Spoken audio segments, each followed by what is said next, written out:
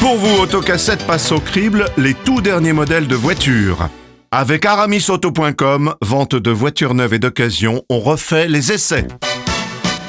Merci de nous suivre pour les essais d'Autocassette. Nos experts s'intéressent aujourd'hui au dernier Duster, la star de Dacia. Avec nous, Jean-Michel Normand du Monde. Bonsoir Jean-Michel. Jean-Christophe Lefebvre, bienvenue. Merci. Flottes Automobiles, on est ravis de vous accueillir. Jean-Luc Moreau, RMC, bonsoir. Bonsoir. Et enfin, on est ravis aussi de l'accueillir, Stanislas Laroumet, du magazine Automoto. Bonsoir. Alors, ce Duster, je me suis pas cassé la tête, j'ai regardé le titre du papier que vous avez fait dans Le Monde, Jean-Michel, parce que vous êtes emballé, il faut dire la vérité. Low cost, mais beau gosse. Exactement. C'est la noblesse du low cost, le Duster. C'est une voiture que tout le monde adore. C'est le SUV à la portée de toutes les bourses. C'est une voiture qui a été fabriquée à plus d'1 million d'exemplaires et qui avait un côté qu'on aimait bien aussi, qui avait un côté un peu brut de décoffrage. 2 millions, Jean-Michel. 1 million de Renault et 1 million de Dacia. Donc 2 millions de Duster. Mais en Dacia, tout à fait. C'était 1 million et 2 millions. Oui, donc c'est beaucoup. C'est beaucoup, absolument. Et c'est une voiture qui sans bourgeoise dans le bon sens du terme, c'est-à-dire que elle devient plus confortable, elle a une nouvelle direction, un volant réglable en profondeur maintenant, c'est une petite révolution, elle est beaucoup mieux insonorisée, elle a la climatisation automatique, enfin elle s'améliore partout en restant elle-même, c'est-à-dire en restant une voiture qui est accessible, qui est sympathique, qui est donc mieux insonorisée, qui n'a pratiquement pas augmenté en prix, les prix ont augmenté entre 100 et 300 euros. Le prix de départ, c'est pas cher, c'est 11 900 euros, mais ça ne veut rien dire. Oui, là on a les roues c'est de la voiture. Moins de 3% des ventes. Il y a une version 4x4 avec laquelle on peut pratiquement grimper aux arbres. Et c'est une voiture intéressante parce que c'est pas seulement, comme le reste de la gamme Dacia, une voiture, disons, d'accessibilité, une voiture qui était réservée, destinée aux gens qui n'avaient pas les moyens de s'acheter des voitures neuves. C'est aussi une voiture de bourgeois. Le prix moyen payé par Duster, c'est 17 000 euros. Et donc ça c'est peut monter à 22 000 ? Ah oui, mais le prix moyen en France, c'est 17 000 euros, alors que le prix de démarrage est à 11 900, ce qui montre bien que c'est une voiture qui est transversale et fort intéressante, et elle a vraiment aujourd'hui gagné énormément en agrément et en confort. Ouais, elle a basculé dans le luxe, on pourrait dire, là, pour illustrer les Jean-Christophe images. Lefebvre, les flottes vont-elles s'intéresser à cette voiture ? Mais ils sont très intéressés. Le problème, c'est que Renault et Dacia ne veulent pas les vendre dans les entreprises, dans les flottes. Il y en a quelques exemplaires qui ont été commandés par des municipalités. Parfois, on voit de la police municipale avec ce genre de véhicule. Mais il faut une structure pour vendre des voitures aux sociétés et des remises importantes que ne peut pas faire Dacia et que ne veut pas faire la direction commerciale de France et européenne, parce que ça leur coûterait beaucoup trop cher. Donc ils préfèrent... ça s'en vend, on va dire qu'il y a 10% des Dacia qui sont vendus en entreprise, pas en flotte, mais en entreprise, à des PME.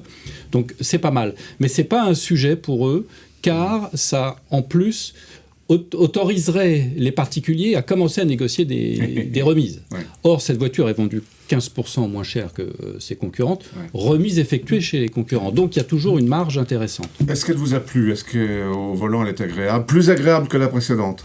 Oui. Moi, je dis, elle est plus agréable, mieux insonorisée. J'aime moins la direction assistée électrique parce qu'elle est trop assistée à mon goût. Mais bon, ça, c'est quand on commence un petit peu à accélérer.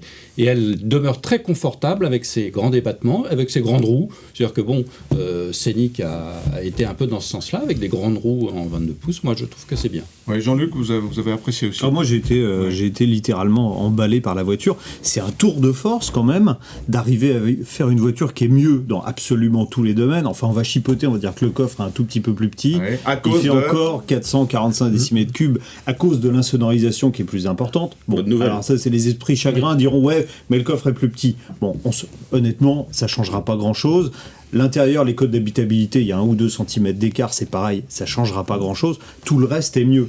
L'équipement est mieux, l'esthétique. Alors l'esthétique, moi j'ai des confrères, je les ai entendus dire, oui, de face on dirait un peu un Range Rover. Derrière, il y a des feux, on dirait une Jeep. À l'intérieur, il y a les commandes de climatisation, on dirait une Audi. Et déjà le fait de citer Range Rover, Jeep et Audi en parlant d'une Dacia, ils ont tout gagné. Ils ont réussi à faire une voiture mieux partout et pas plus chère. C'est hallucinant. Stanislas, là, mais ça se voit au premier coup d'œil qu'elle a changé cette voiture. Ah, tout à fait. Mais ça reste quand même dans l'esprit de l'ancien, c'est-à-dire qu'on reste dans une voiture assez essentielle, on voit que les porte-à-faux avant et arrière sont assez courts, puisque mine de rien, même en 2 roues motrices, ça reste des voitures qui sont très à l'aise en chemin. Alors en 4 roues motrices, vous l'avez dit, ça grimpe pratiquement aux arbres. Pas de boîte automatique. Alors, si, 4 roues motrices. Ah oui. ouais. Double embrayage. Et même. double embrayage. Alors, boîte automatique, ça c'est un des regrets, parce que il faut quand même critiquer un peu. C'est que si on veut une boîte automatique, il faut obligatoirement prendre le diesel 110 chevaux. Voilà. Alors ça fait râler les acheteurs potentiels parce qu'ils vendent donc aux particuliers, et les particuliers aujourd'hui, ils ont pris le pli de passer sur l'essence quand ils n'ont pas besoin d'un diesel.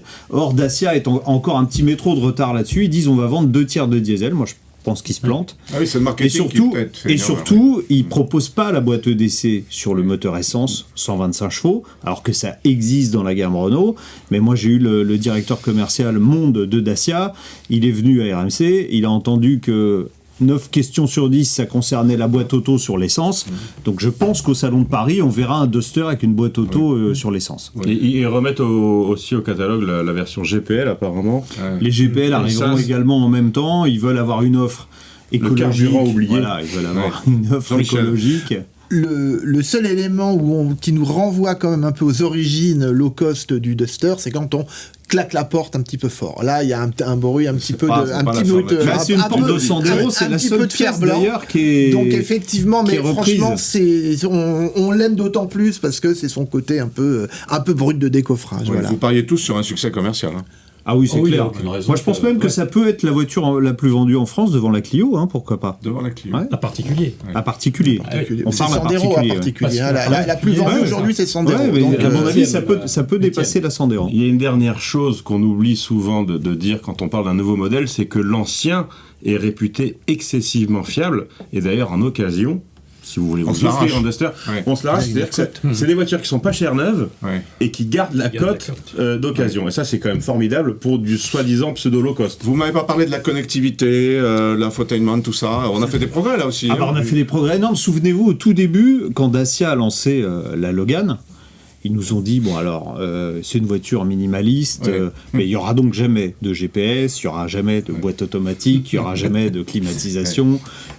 Aujourd'hui, il y a une boîte automatique, que sur le diesel. On a la clim automatique, donc c'est une nouveauté aussi sur le Duster 2. Il y a le GPS. Ils ont tenu compte, ils ont tenu compte en plus des remarques. Il était un peu bas. Ils l'ont remonté, ils l'ont tourné vers le conducteur. Pas encore assez, mais c'est déjà mieux. Il y a une connectivité minimale, mais il y a du Bluetooth à l'intérieur. On n'imaginait pas qu'un Dacia puisse proposer ça. Il y a quelques années, on voit l'évolution là. Il est nettement plus cossu.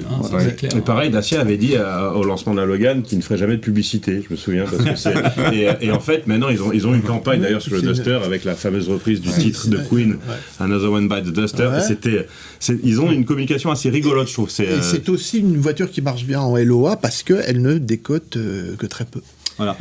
On va lui souhaiter bon vent et bonne route à ce Dacia Duster dernière génération. Les prix on en a parlé jusqu'à 22 000, mais ça commence à combien 11 900.